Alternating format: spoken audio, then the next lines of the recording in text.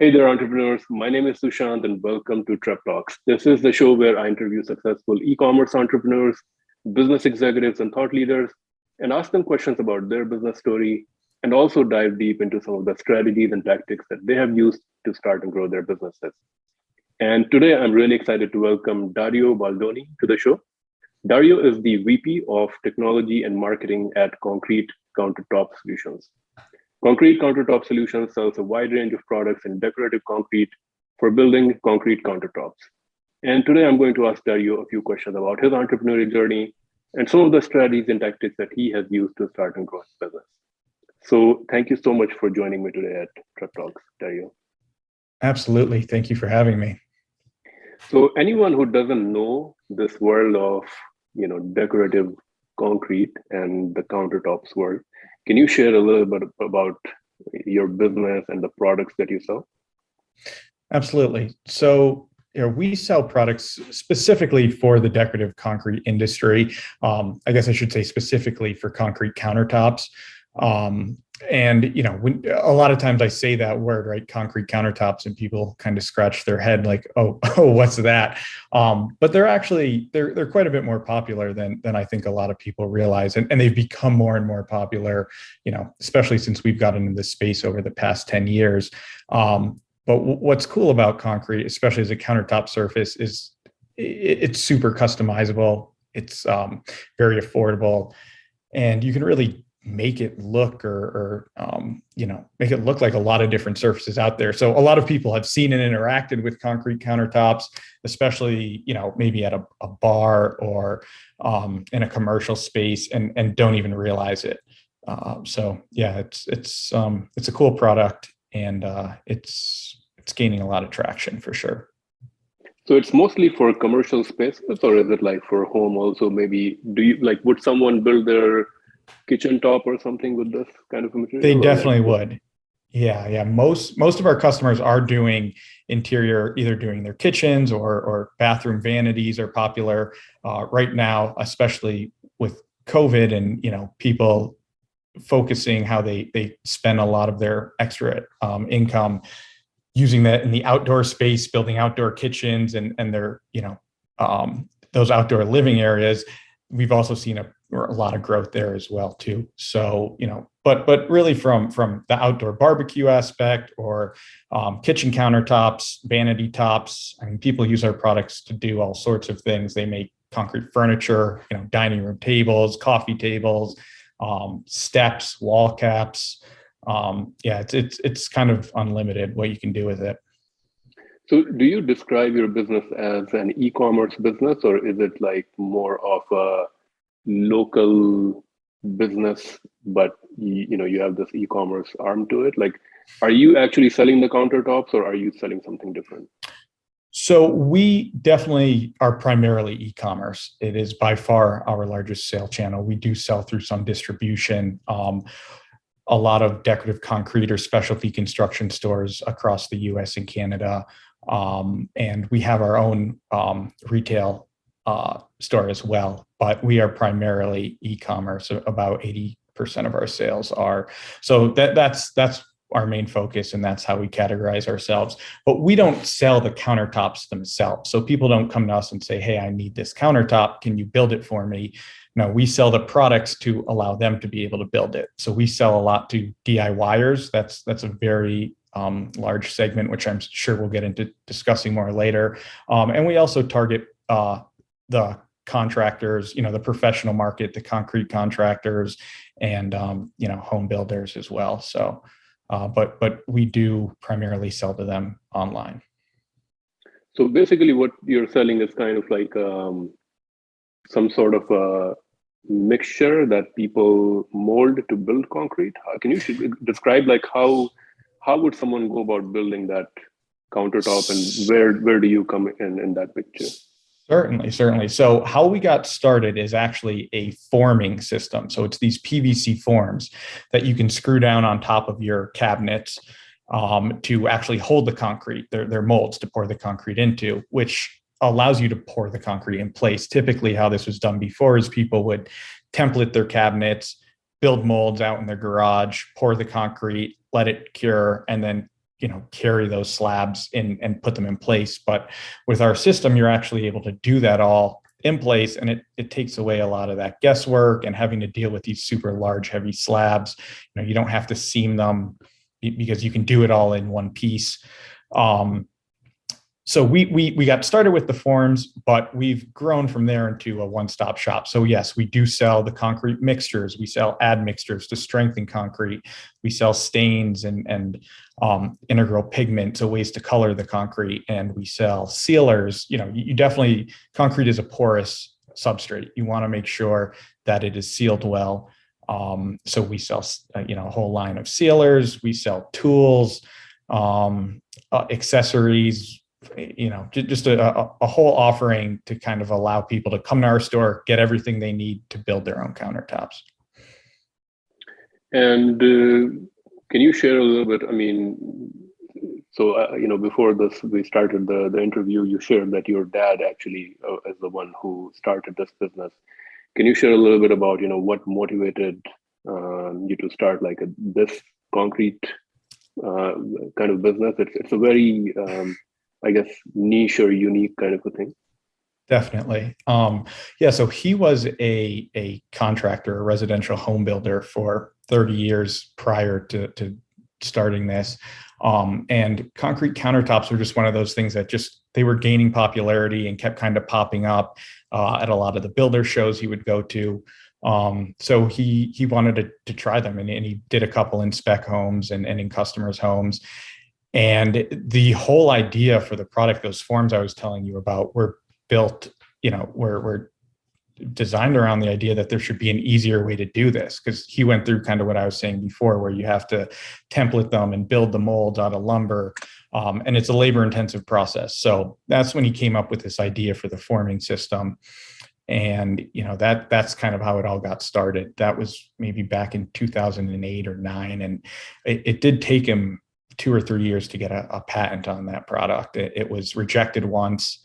And then finally he did. And he just did it because he thought it was a good idea. He didn't have too much experience with concrete countertops. I mean, like I said, he was building high-end homes for a long time, but he just thought it was a good idea and kind of wanted to go for it and see what he can do with it. So that's how it started.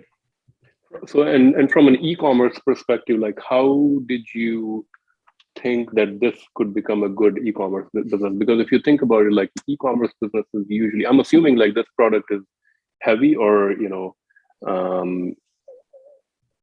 what motivated you to start the e-commerce business, and then we'll get into like how did you actually grow that?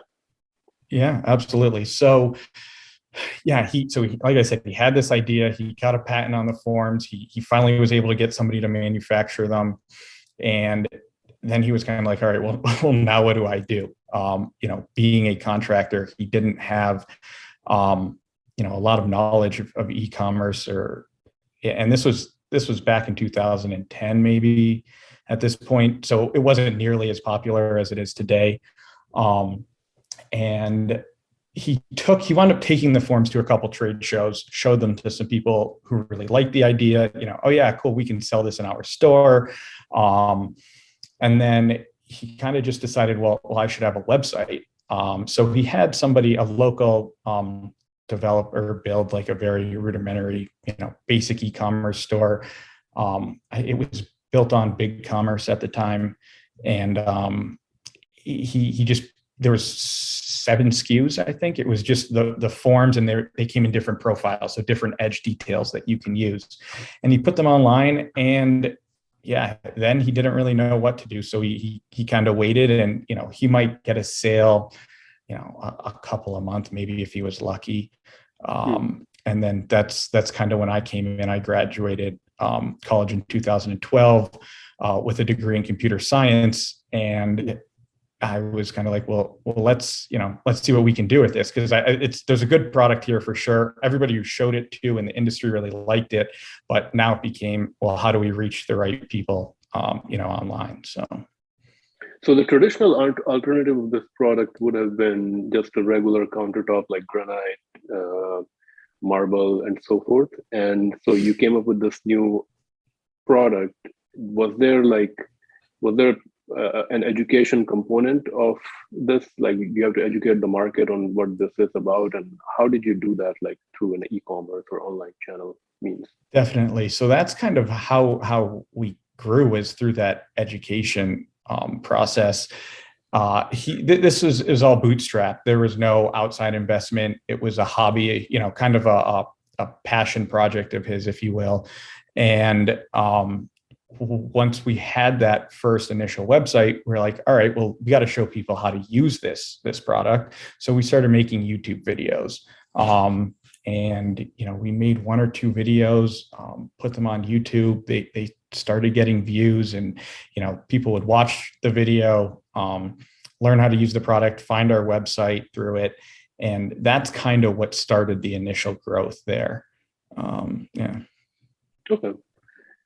And how, like, in terms of like getting the product itself, is it something that you manufacture yourself? Is it something that you buy from like China? How what is the process of just getting the products together?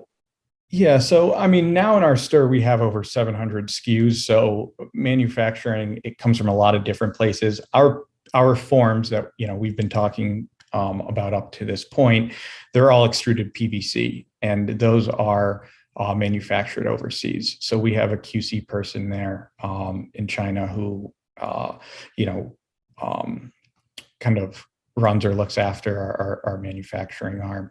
But we have a lot of other products, all of our cement products and our coatings and sealers. Those are pretty much all manufactured here in the US through just strategic partnerships and, people willing to private label for us. Can you talk a little bit more about, working with a manufacturer in China? And you mentioned you have like some sort of a quality control person who's working there. I mean, I when I talk to a lot of e-commerce businesses, I always hear every once in a while, horror story about somebody ordered a product and they got something very different or a really bad quality or something. Can you share a little bit about how you built the relationship with your suppliers, and what is the role of, how did you find that quality control person, and how does that process work? Yeah, good question. So I would say we're a little lucky. We found this person. So at the time, my uncle was getting a product made, an extruded PVC product. He had this invention. It was basically a rack system for totes, for those big plastic totes. And he hooked us up with the person he was using. I don't know how the story goes exactly, how their relationship started. But we've been working with him since the beginning. So I would say dealing one-to-one with the factories over there could certainly be difficult. A lot of times there's a language barrier that gets in the way. And like you said, you can give them a purchase order and maybe never see stuff, or maybe see stuff that isn't up to your, specs at all.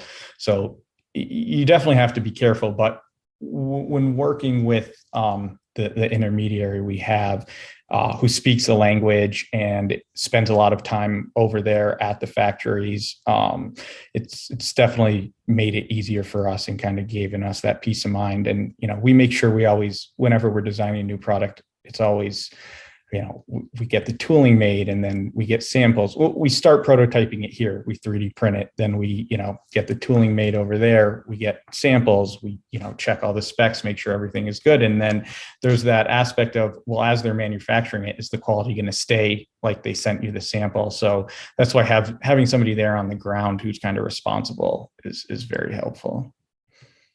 Anyone else who's trying to find that kind of help in China? How do you, like, what would your recommendation be for them?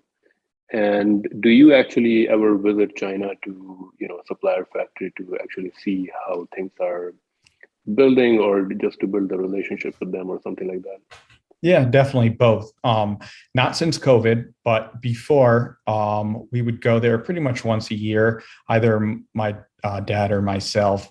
One, to have that relationship with the factories and the owners of the factories there, and they're generally they're proud of what they're doing and what they're making for you. And they want to show you the whole operation. And it's always good to get over there and see how things are done. But we also, when you're there, we usually try and line it up with the Canton Fair, which is one of the largest trade shows in the world. So if you're looking to get something manufactured overseas, that's probably not a bad place to start, because pretty much every factory there has some representation at the trade show. And, you can source just about anything, and you can actually talk to people. And usually there's enough English speakers there that the communication isn't too difficult. And so it's a great way to source new products and, meet the actual owners of the factories.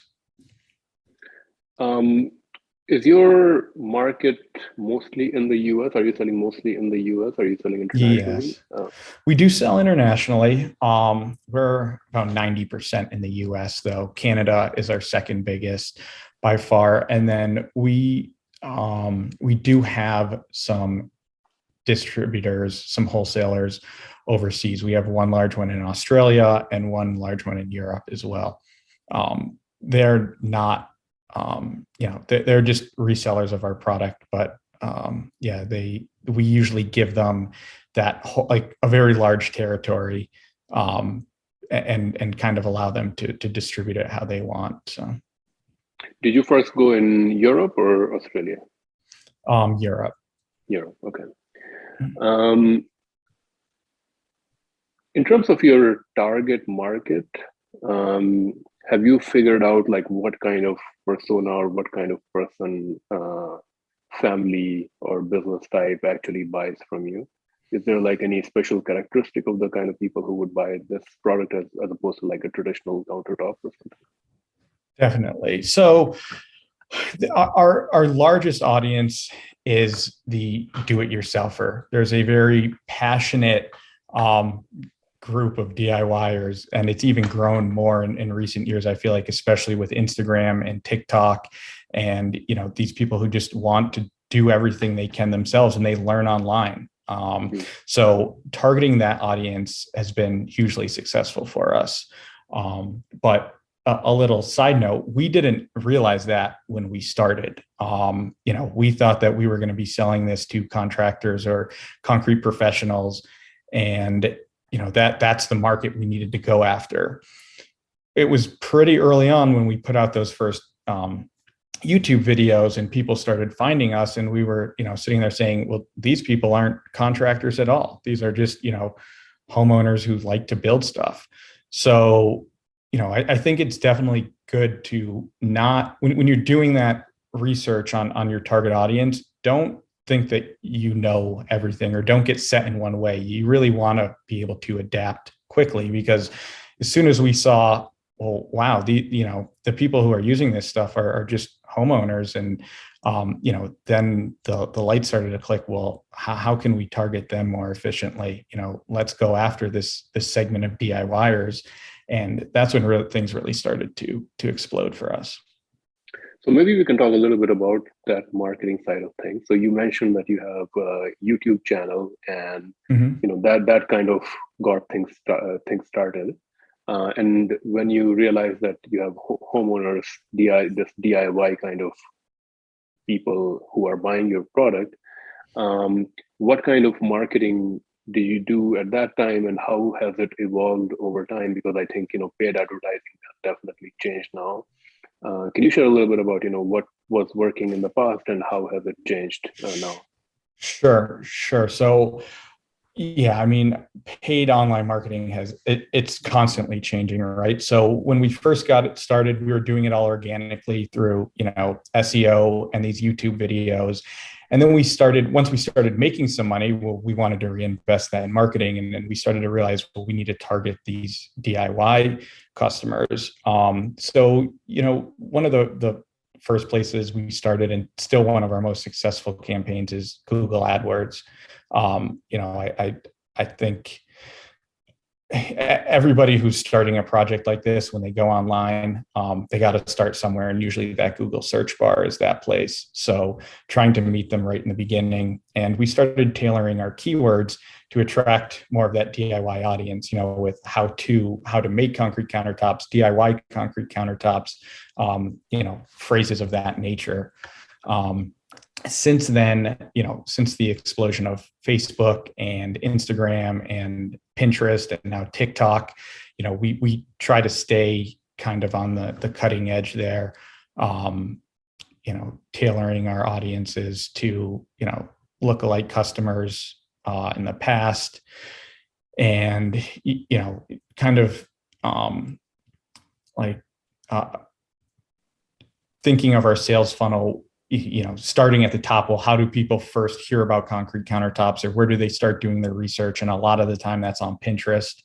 So gearing those campaigns towards top of the funnel, and then, maybe having your retargeting campaigns on Facebook or, through Google. So that's kind of how we've done things and adapted. Are you using TikTok at all? We are, yes, recently. So we do a lot with influencers, and this is probably, we started doing it maybe like 5 or 6 years ago now, but at this point, I 2 or 3 of them reach out a week, saying, hey, I saw your product here, love it, would love to use it for, this upcoming project I have. And we sponsor a lot of them. We give them all of the products they need and the information, and they post about it in stories and reels, and tag us, and that's been a great marketing tool for us. And you're able to track the results from those influencer campaigns? Yeah, influencers are a little difficult, but often we'll do like discount campaigns with them, where they can give their audience a 10% off coupon code. So that makes it a little easier to track, or we'll do affiliate links, so we can track them that way as well. In terms of your team, can you share a little bit about, your team? And for your marketing, is it like all in-house, or do you work with like agencies or something? Sure. So our team, we're 12 full-time employees now, and 2 part-time. We have a customer service or customer support team that's 4 people. And then we have, in our warehouse, we have another 4 people. And then the rest is, we're still relatively small, right? So a lot of us do wear a lot of hats. Me, for example, I do all of our technology and web development and marketing and graphic design, but I'm also often answering the phones for customer support, or, assisting where else I can. I'm sorry, what was the second part of that question? Outside agencies. Yeah, certainly. So yeah, as we've grown, we've definitely had to seek some other help, especially in marketing sense. I'm the only person here really doing marketing. That's not entirely true. We have another girl who handles a lot of our social media, but in terms of actual marketing strategies and doing the creatives and the copy and, setting up the campaigns, I do all of that. So I do use some agencies for sure, to help with Facebook, Google, and a lot of the services as well, like Pinterest. We use in-house Pinterest people, and they're great like that. So I guess it just depends, how big and the campaigns are getting, because a lot of times it just becomes too much work for one person to constantly be monitoring and tweaking bid strategies and tweaking keywords. And, if you can get that outside help for a good price and still see really good ROI, it's kind of a no-brainer. I see on your YouTube, it's like your YouTube videos are quite well done. And is it your dad who's the main person there, or? It is, yeah. I'm sorry, go ahead. Yeah, and is it like a home production? Do you hire like a professional help to do these kind of videos? Yeah, so it is my dad in most of the videos. He kind of started as the face of the company, so we've kind of kept that going. Um, they are so funny story. When we got started, one of my best friends was he went to school for videography. He's now a director of photography in Hollywood, but Hmm. he was not that status early on, and he Hmm. did a lot of these videos not pro bono, but on the cheap, just Hmm. as like a side project and to help us out. And, the production quality was really good. And people would mention that all the time, like, hey, we love your videos. They're super helpful. So that's when we realized, well, we kind of have to keep this up.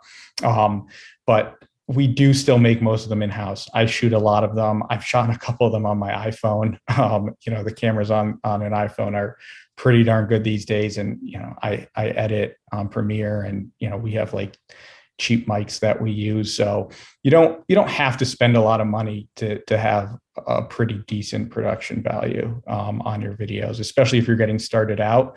I would say, there's even editing, like you don't have to be proficient in Premiere or Final Cut. You can use iMovie or you can still make a pretty good product. So do you like when you create a YouTube video like this, and which has, I mean, you have a pretty big, a pretty decent following on YouTube, for example, let's say. Mm-hmm. Do you see a lot of people coming through these channels and making purchases, or these work mostly as kind of like, someone came through Google and this becomes more of a research and social proof kind of a thing, and they see, yes, this looks like a good business. It's twofold, and they started off trying to be educational, and we still make them that way because we put them all on our website. We have a whole video section, and even in product descriptions, if there's a video geared towards a specific product, we make sure it's there so people watch them and learn how to use them. I mean, a big part of what we do is making sure our customers, they have good outcomes and they're really happy with the products and their countertops that they create, because then they share them and they talk about them and they tell their friends and they write good reviews. So we want to make sure that education stays, front and center of what we do, but they also function as a great marketing tool. I mean, people, when they start their research, like I said, in Google or in YouTube, those videos pop up. So even if they didn't know that they were looking for our product specifically, they start to watch them, and then they learn, oh, this looks easy, like let's dive into this a little deeper, and they might find themselves on their website. And we encourage people to reach out, email us, or call if they need any help figuring out what they need to order. So we kind of try and take it all the way through. Okay. Um, did you or your father at any point in the business, like, is it completely self-funded, or did any point did you like need a capital infusion to grow the business or so forth? It was completely self-funded. Like I said, it was like a side project at the time, and then as we started, it was only himself and me for a while, so we didn't have a lot of overhead. We found partners to warehouse our product, and we would just take the order from our big commerce store and type up a label and world ship, UPS, and we'd fax it over to them, and then they would ship it out. So, I mean, that was a long time ago, but we started doing things very slow. And as it grew, we started spending more and more money. So we were able to do it all organically, luckily. I don't think, I'm not saying that's the right move for everybody, but it certainly worked for us. And your online sales channel, is it completely your website, or do you sell on like Amazon or eBay or other places also? Um, we experimented with Amazon for a little bit. I'm not going to say anything good or bad about that, but because of that education part of our business that was lacking, and the customer support part of our business that's really lacking on Amazon. So you wind up getting a lot of returns, and we basically found that it really wasn't helping as much as it was hurting. So as far as online sales, our online sales channel is primarily our website. We do have some distributors or other retailers who sell our products, and we drop ship for them as well. And in terms of your fulfillment, warehousing, is it all outsourced to like a third party logistics? Is it everything in-house? How do you manage like the shipping costs? Like, is it transferred to the customer? Do you absorb some of that? Can you share a little bit Sure. about that? Yeah, definitely. So it's about 70% in-house, our warehousing and fulfillment. We have a pretty large warehouse um, that we, keep all of our inventory in. And it's definitely, I mean, we would do it 100% if we could, but there's some limitations there. It's nice to be able to, it just makes everything so much easier for us in terms of tracking inventory and doing our purchase orders and our forecasting what we need. It makes it so much easier when we can actually go out into the warehouse and see the product. However, that's not how we do everything. We do private label some stuff, and in that case sometimes those manufacturers will hold that inventory for us and they'll ship it as we need it, or direct ship to our customers. So we do a little of both. It just depends on the product and where it's coming from and how much physical inventory we actually need of it. And in terms of shipping, do you have built relationships with Sure. carriers? Yeah. Yeah. So we ship with several different carriers, UPS and FedEx being the primary two, especially for ground and small package, which about 70% of our sales are. But we do have, because of the size and weight of a lot of our stuff, we do have to ship freight as well. So we have freight pickups every day when we palletize stuff and ship it from our warehouse. Now, in terms of what that looks like for a customer, we do still charge shipping on our website.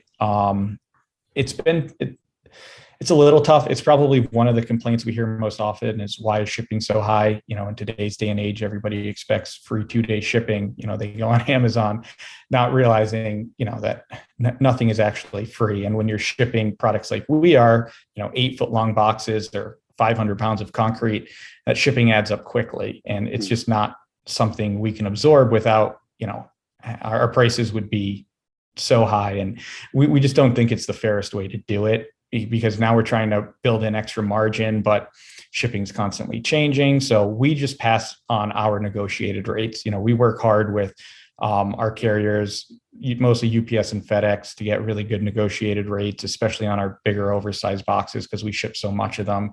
And that's what we ask our customers to pay, is those negotiated rates. So we don't use it as a profit center, but we also don't, lump it into the cost of the goods either. And overall, for the end customer, it makes sense. Like, even with the shipping cost, like they can see that they would still be saving money as opposed to going with an alternative option. Or Exactly. That's what it comes down to. So even though they might pay, $600 for products and $200 for shipping, well, that $800 is still, $2,000 less than they would pay for another solid surface countertop, like a granite or quartz or something. So, okay, all right, cool. In every business person's journey, there's always some mistakes made, errors, failures, lessons learned. I know you're working more on the marketing side of things. Can you share like any big failures or mistakes come to your mind, and what did you learn from it, and what can other business people learn from your mistakes? Sure. So, well, can you still hear me? I can, yes. Can you hear me? Okay, good. Yes, no, I can.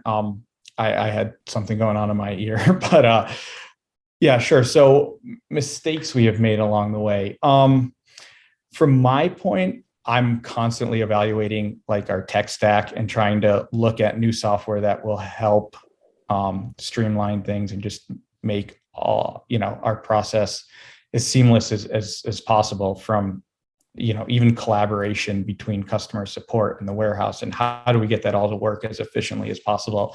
I've made mistakes in the past with, technologies that I thought would be great or work well, and they were either not implemented well, which I'll, raise my hand for, or we weren't trained well on them. And again, I'll raise my hand. I might fully understand a service and how it works or how it's supposed to work, but then making sure that my entire team understands it as well.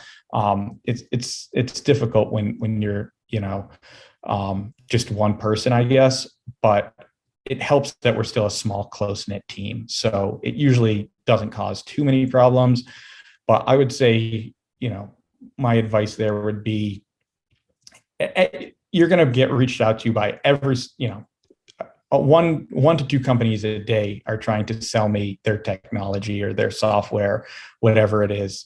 Just because we have a popular online brand, people find us easily. We have a big store built on Shopify.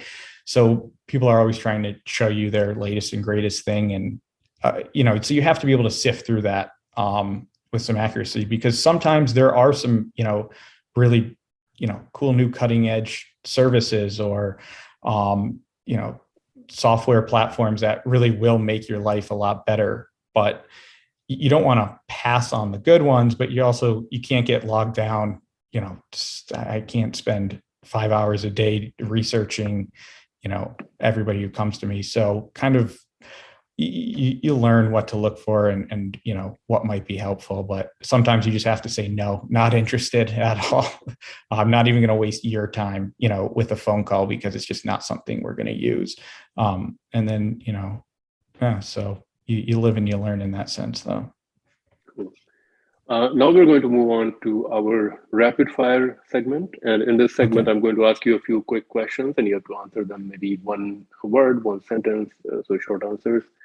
For the first one is a book recommendation for entrepreneurs or business professionals, and why?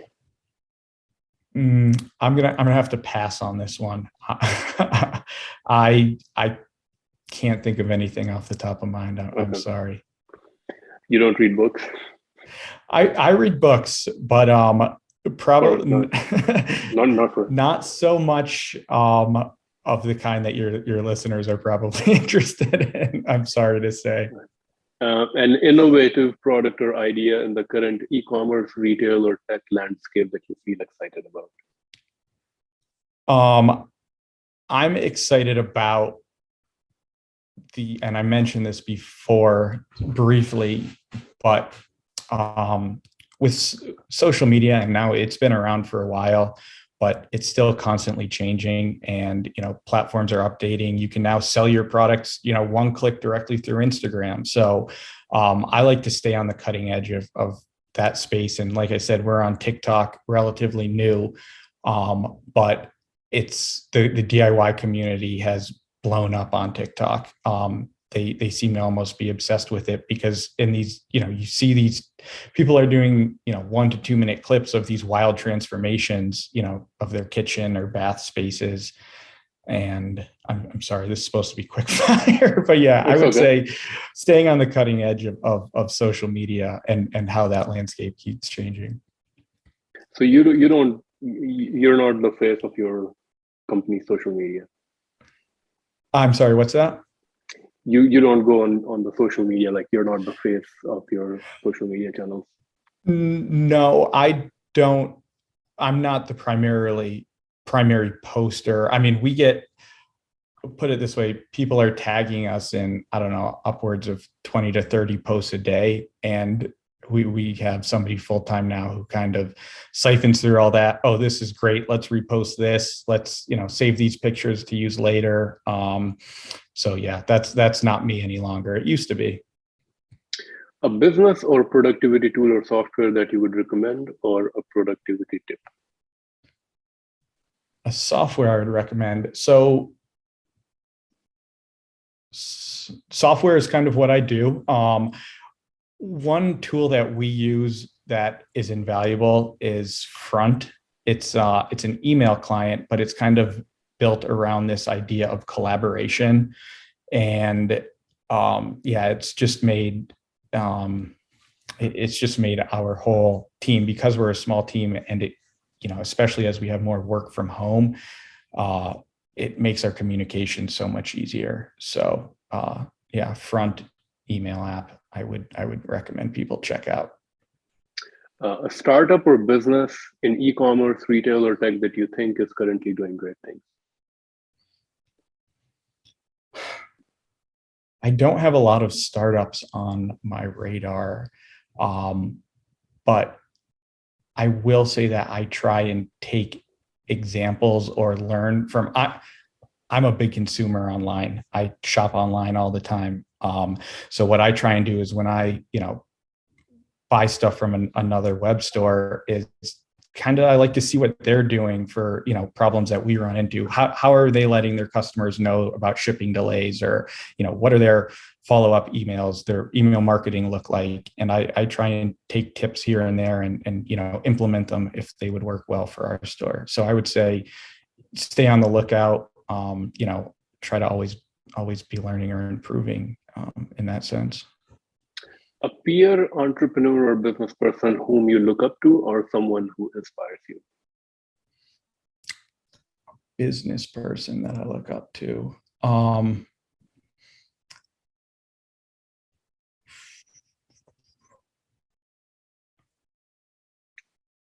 So yeah, I apologize for the long pause.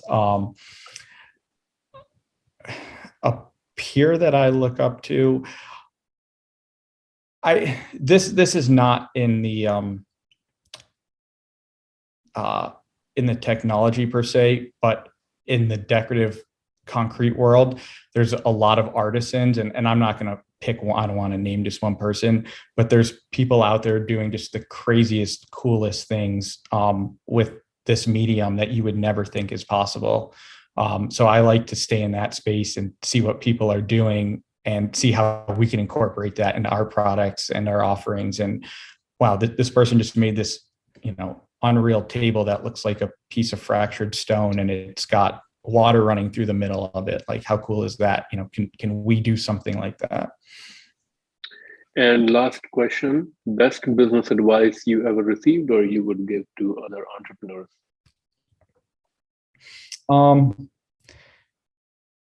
It probably sounds a little cheesy, but always try to always be learning. Like there in this world, it's constantly changing, and there's always new software and new platforms and new techniques, marketing strategies. I would say just don't rest on your laurels. Don't think that, oh, we're the top of our market right now. We can just coast. We always want to stay on that cutting edge. So cool. Thank you so much for sharing your story, your business story, and some of the strategies and tactics that you have used to grow your business. So Dario, thank you so much. Anyone who wants to purchase this product, what is the best way they can do that? Our website, www.concretecountertopsolutions.com. Perfect. Thank you so much, Dario. Really, really appreciate your time today. And thank you again for joining me today at Trip Talks. Great. Thank you. Bye.